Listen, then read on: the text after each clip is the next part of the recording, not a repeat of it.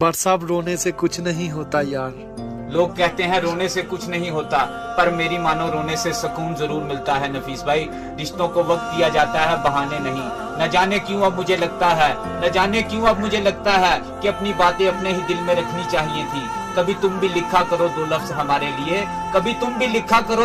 हमारे लिए, हमें सिर्फ लिखना नहीं पढ़ना भी अच्छा लगता है। अस्सलाम वालेकुम। आंख तेरी बेकार ही नम है, तू रोता है उसके लिए जिसने तुझे रुलाया है, मगर उनका क्या? जिनके लिए तेरी मुस्कान ही उनके जीने का सहारा है। अगर तू इस बात से इतना घबराता है, क्या हुआ तू इस भीड़ का आखिरी मुसाफिर है। तू इस भागती हुई दुनिया में एक थमा हुआ राही है, कि तेरे अंदर की आग अभी बुझी सी है। तू जब भी अपने सपनों को कुछ अलग करने की सोचता है, दुनिया क्या कहेगी उनके डर से अपने सपनों को छोड़ देता है। तू ही मुझे किसी कामयाब बंदे का नाम बता जिसे दुनिया ने पागल न कहा। मोहब्बत और परदेश में कोई फर्क नहीं है।